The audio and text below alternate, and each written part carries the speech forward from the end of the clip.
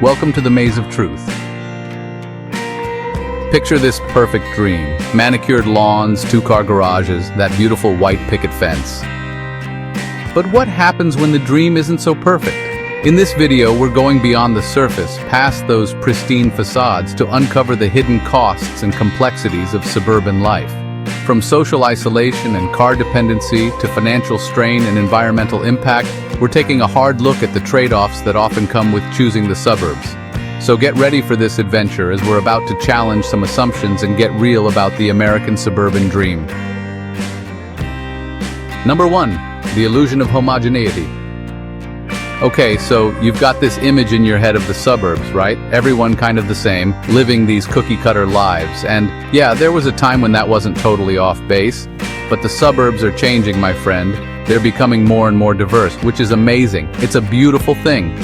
But here's the thing about change. Sometimes it comes with growing pains.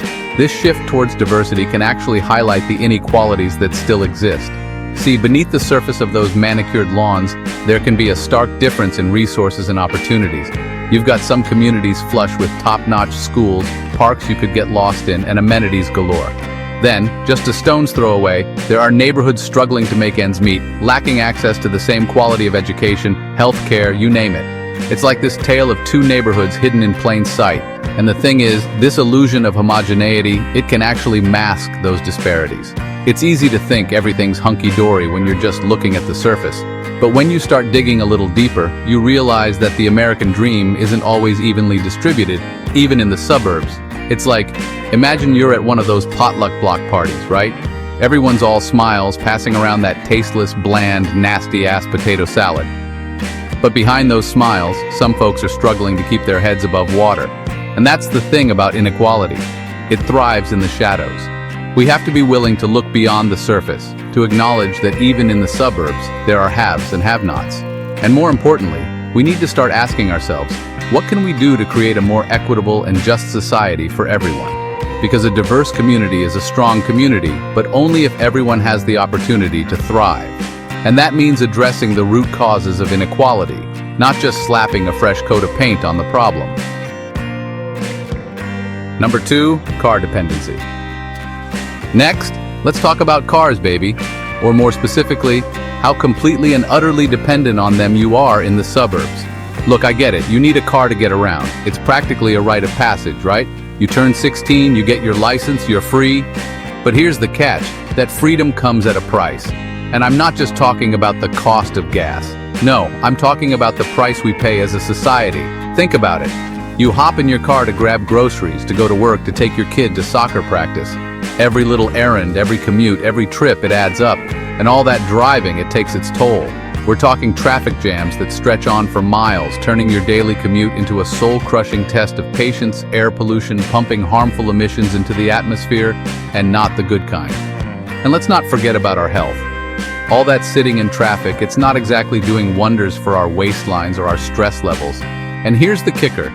This dependence on cars, it disproportionately affects those who can't drive or can't afford to. Seniors, people with disabilities, low-income families, they're often left stranded in a system that's designed around the automobile. It's like being stuck in a never-ending game of red light, green light. But you're the only one who doesn't have a car. So, what's the solution?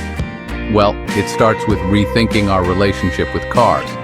We need to invest in alternative modes of transportation like public transit, bike lanes, and walkable neighborhoods. We need to create communities where you don't need a car to live a full and happy life.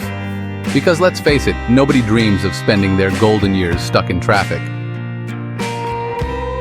Number 3, the isolation paradox.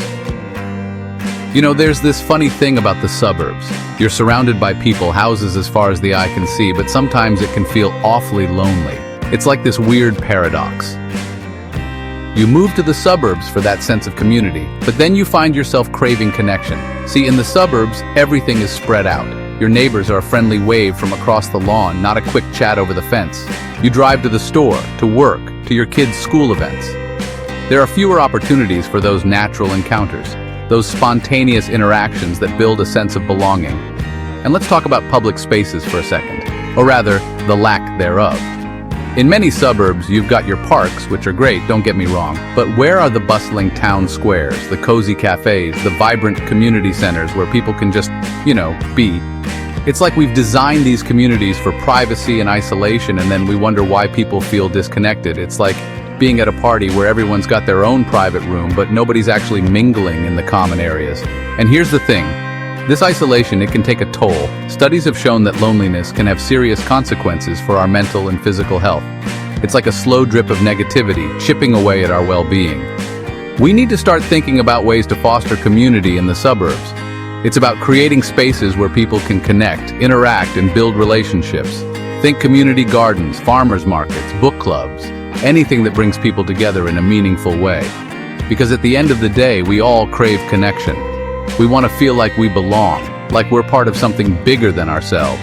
And that's something that's worth fighting for, even in the suburbs. Number 4, suburbs environmental impact. Next, let's talk about the elephant in the room, or should I say, the sprawling development encroaching on our natural habitats. Because here's the thing, my friend, the suburbs, they're not exactly known for their environmental friendliness. We're talking about acres upon acres of land being gobbled up for houses, roads, and strip malls. It's like this insatiable hunger for space, and nature ends up paying the price. Think about it. Forests that were once teeming with life, paved over for parking lots, wetlands that used to filter our water, replaced with manicured lawns. It's enough to make a nature lover weep. And let's not forget about our furry, scaly, and feathered friends. As we carve up their habitats, wildlife populations decline, and biodiversity takes a nosedive. It's like we're throwing a massive going out of business sale, but the planet's the one stuck footing the bill. And then there's the issue of sprawl itself. We keep building further and further out, creating these sprawling communities that are heavily reliant on cars. And all that driving? Well, we've already talked about the joys of traffic and air pollution, but it's also a major contributor to climate change. So what can we do? Well, for starters, we need to rethink the way we develop land. We need to prioritize infill development, building up instead of out. We need to create walkable, bikeable communities that are designed with nature in mind. It's about finding a way to live in harmony with the environment, not at its expense. Because at the end of the day, we only get one planet, and paving it over with concrete isn't exactly a sustainable long-term strategy. Number 5, trying to keep up with the Joneses. Let me keep it real for a second. Suburban living can be freaking expensive. And I'm not just talking about the cost of, actually living. I'm talking about the hidden costs. The ones that sneak up on you like a ninja in the night and drain your bank account faster than you can say property taxes. First up, you've got your mortgage. Now, obviously, this varies depending on where you live and the size of your house. But let's be honest, those McMansions, colonials, and raised ranches are not cheap. And even if you're not living in a palace of granite countertops and stainless steel appliances, chances are your mortgage is still a hefty chunk of your monthly income. Then there's the property taxes. Oh, the joys of property taxes. These bad boys can be a real budget buster, especially in areas with top-rated schools. It's like paying rent to the government for the privilege of owning your own home. And let's not forget about all the other expenses that come with suburban living. You've got your car payments, electric payments, septic maintenance, your insurance, your gas, shit breaking in the house, your endless trips to Home Depot to keep up with your lawn care. It's like a never-ending cycle of spending. And then there's the pressure to keep up with the Joneses. Your neighbors with their perfectly manicured lawns, their brand new SUVs, and their kids who are all straight-A students and star athletes. It's easy to get caught up in this cycle of comparison and consumerism, always feeling like you need to have the latest and greatest gadgets and gizmos. But here's the thing. It's a freaking trap. It's a recipe for financial stress, unhappiness, and disaster. Because at the end of the day, true wealth isn't measured in material possessions. It's about living a life that's aligned with your values, surrounded by people you love, and having the financial freedom to pursue your passions.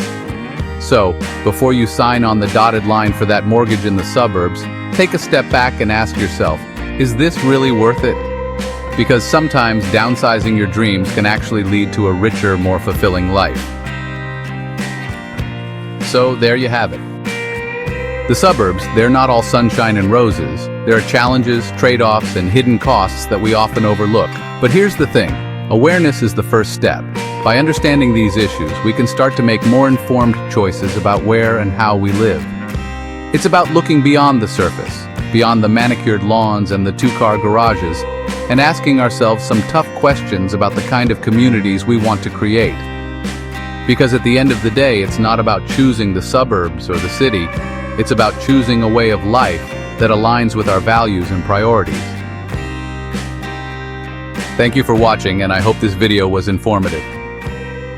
Don't forget to hit the like, subscribe, and notification buttons. Take care.